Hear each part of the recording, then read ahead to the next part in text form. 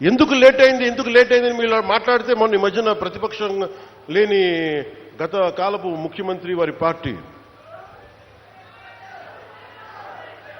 వాళ్ళు మాట్లాడుతూ ఉంటారు. అంటే వాళ్ళకి ఈ సందర్భంగా వాటే తెలియజేయాలనుకుంటున్నాను. మీరు అధికారంలో ఉన్నప్పుడు మీ బెదిరింపులకి మేము భయపడలేం.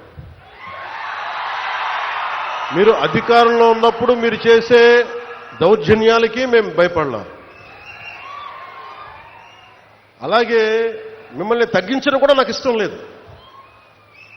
కానీ మీరు బాధ్యతగా మెలగకుండా ఒక్కొక్కరిని చంపేస్తాం, మళ్ళీ మేము వస్తాం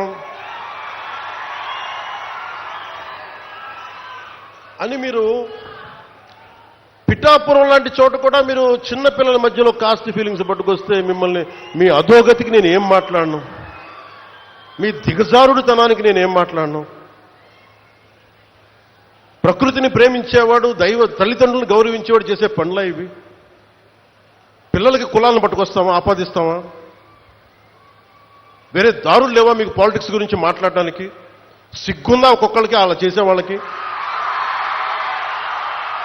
మాకు నోరు లేదనుకుంటున్నారా?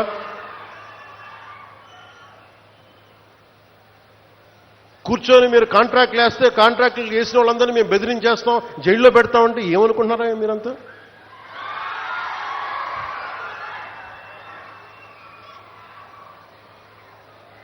మేమేం మాటలా గుర్తుపెట్టుకోండి. అలా బెదిరించే సమూహం ఎవరైనా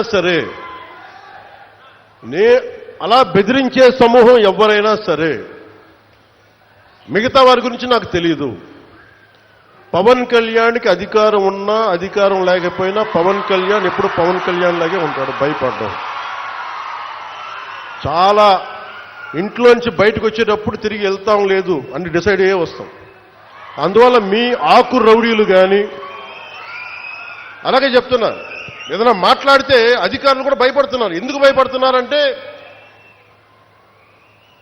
చెవుల్లో చెప్తారు, అదే సార్ వాళ్ళ వెనక చాలా మంది రౌడీలు ఉంటారండి, కిరాయి హంతకులు ఉంటారంటే, మీకు కరెక్ట్గా యోగి ఆదిత్యనాథ్ లాంటి ట్రీట్మెంట్ కనుక ఒక్కొక్కడికి ఇస్తే, ఒక్కొక్కడికి రౌడీజం అంటే కాలు కీలు తీసి మడత పెట్టి కింద కూర్చోపెడితే అప్పుడు కరెక్ట్గా చెప్తా, కరుడుగట్టి